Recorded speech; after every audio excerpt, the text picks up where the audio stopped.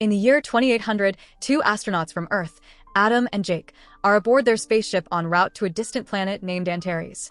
Rumored to host a large human settlement, Antares is their only hope as a deadly virus has rendered women on Earth completely barren.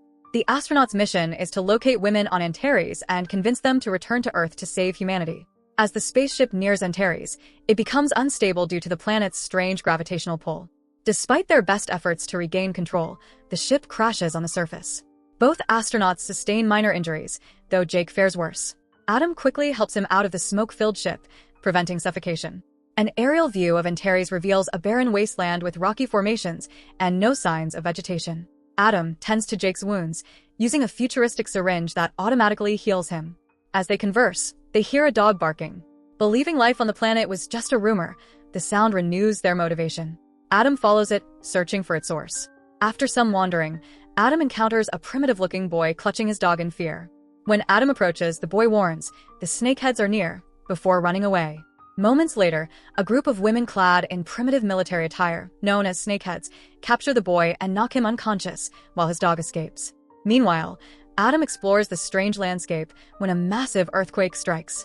Alarmed, he contacts Jake via his high-tech watch, asking for a geological scan of the area. Adam ventures further and discovers a large temple. Sneaking inside, he is shocked to find a significant number of women. It becomes evident that women dominate the planet, ruling society while men are enslaved and used solely for labor or procreation. Inside the temple, the women chant prayers to their Serpent Lord, a gigantic cobra worshipped by a religious cult led by the fearless Taksin. We are then introduced to Queen Sumeru, the ruler of Antares. She disapproves of Taksin's cult activities. Meanwhile, the captured boy, Will, is brought before the cult to be sacrificed to the Serpent Lord. Will's sister, Dove, a soldier loyal to the queen, intervenes and fights the cult members to save him. The women in the temple are divided into two factions, one loyal to Taksin and the other to the queen. As Dove continues fighting, the Serpent Lord suddenly devours one of the cult members. Enraged, Taksin orders her followers to capture Dove, but the queen intervenes, claiming it was an act of self-defense. As tensions rise between Taksin and Sumeru, Adam's hiding place is accidentally revealed when his high-tech watch goes off. Taksin orders her soldiers to capture him, but Adam uses a high-tech gun to create a diversion and escape. Amid the chaos, Will manages to flee as well. Adam and Will reunite and head toward the spaceship, hoping to escape the planet. However, before they can enter, Adam is shot in the leg with a poisoned arrow by one of Taksin's followers. With Jake and Will's help, Adam makes it inside, but the poison causes him to lose consciousness. Outside, Queen Sumeru arrives with her army and orders Taksin's cult to leave. Taksin's followers argue that killing men is legal on Antares, but the queen asserts her authority, forcing them to retreat. Sumeru then enters the spaceship, administers an antivenom, and saves Adam's life. Later, Adam and Jake are brought to the queen's residence. Privately, Jake reveals that his geological scans indicate the planet is dying, with frequent earthquakes signaling its impending self-destruction in about 2 months. Adam is then summoned to the queen's chamber for interrogation. He introduces himself and explains that the people on Antares are descendants of Earth. 1,000 years ago, a terraforming mission was sent, and the settlers initially communicated with Earth for about 100 years before all contact ceased. Earth itself underwent a devastating war, preventing further exploration. Queen Sumeru is stunned but acknowledges their shared history, as Antares legends mention Earth. The conversation shifts to the snake cult. Sumeru explains that the relentless earthquakes led the people to turn to religion for solace, which allowed Taksin to rise to power. Sumeru explains that Taksin comes from a noble family and believed she was destined to be queen.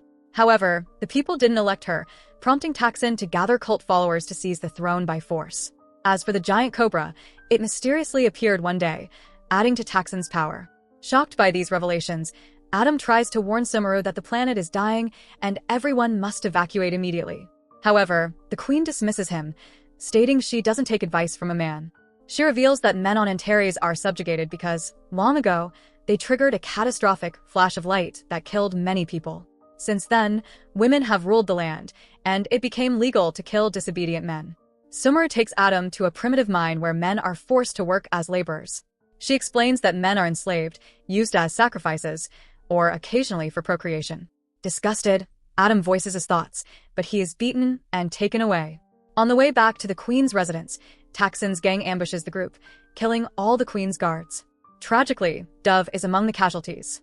Her brother, Will, arrives to save her, but finds her already dying. Adam is captured and brought to Taxon's chambers, where she attempts to seduce him into joining her cause. She even kisses him passionately, but Adam refuses. This enrages Taxon, leading to a heated altercation. Before things escalate further, Sumeru, Jake, and Will, disguised as guards, arrive to rescue Adam. Sumeru knocks Taxon out with a single punch, and the group escapes. While fleeing through the tunnels, Jake reveals alarming news. The planet's destruction is imminent, with only a matter of days left. Overhearing this, Sumeru shows them her locket, which contains a rare element. She reveals the element is mined from a location called the Burn Zone, the crash site of Earth's spaceship from 1,000 years ago.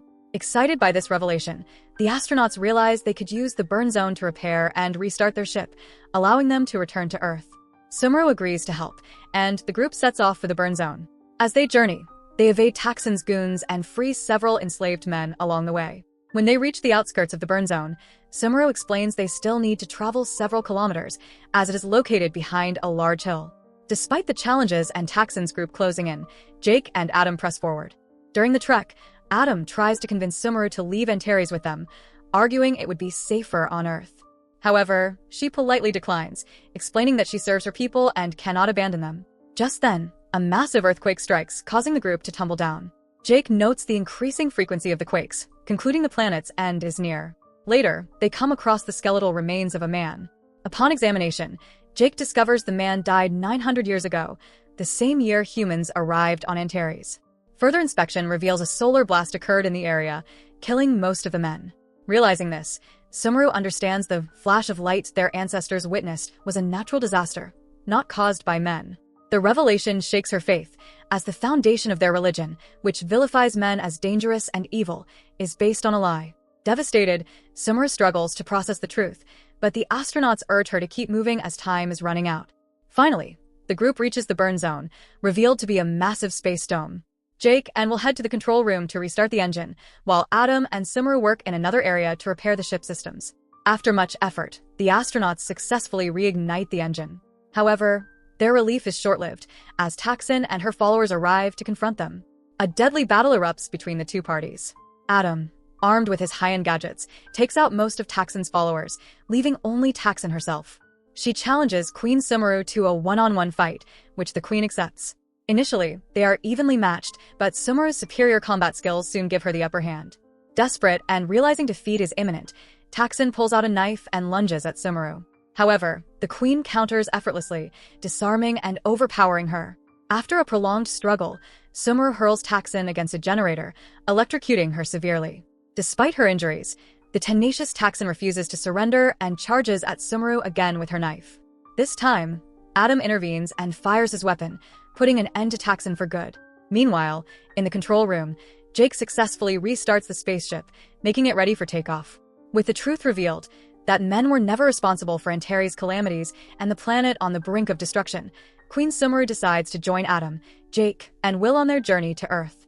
The spaceship ascends into the sky, leaving the people of Antares, men, the Queen's soldiers, and even Taxon's remaining followers, staring in awe. Seeing their helplessness, Adam feels a pang of guilt and suggests bringing everyone aboard the ship, noting it has enough space for 500 passengers. Jake protests, warning that the violent earthquakes could jeopardize the spaceship.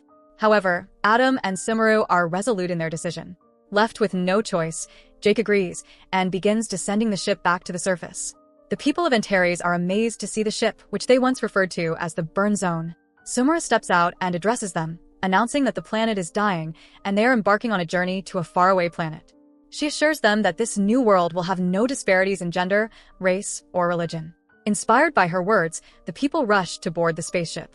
Just as Jake and Adam prepare to pilot the ship away, a massive earthquake shakes the area. To their horror, the giant serpent attacks one of the ship's propellers. With time running out, Adam orders Jake to apply full throttle. The fire from the propeller drives the serpent away, allowing the spaceship to lift off successfully, leaving Antares behind forever. In the final scene, a woman enters the control room holding Will's lost dog. She explains that she saved the animal and kept it hidden from Taxon's gang. Overjoyed, Will reunites with his dog, and everyone in the control room takes a moment to play with the puppy. The movie ends with the spaceship blasting off toward Earth, a new beginning for the survivors of Antares. So that's it. Hope you enjoy the story. Subscribe and press the bell icon for more videos.